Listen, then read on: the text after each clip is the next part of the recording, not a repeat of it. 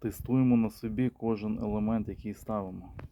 Ні, якщо чесно, товариство, ховаємося від сонця як можемо, тому ковпак такий на голову вдягнув, але від нього ще більше сонце тулить. А якщо серйозно, це закінчення нашого керамічного димаря.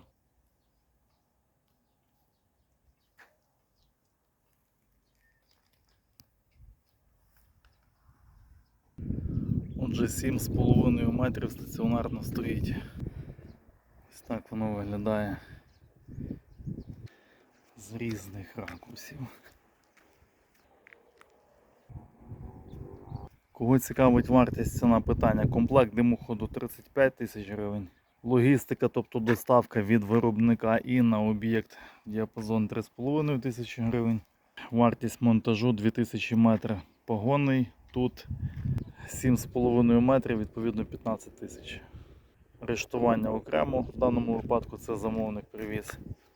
Супутні матеріали, мішок клею, цемент, вода по сумісництву. Кого цікавлять якісні камінні печі димоходи, телефон в шапці профіля.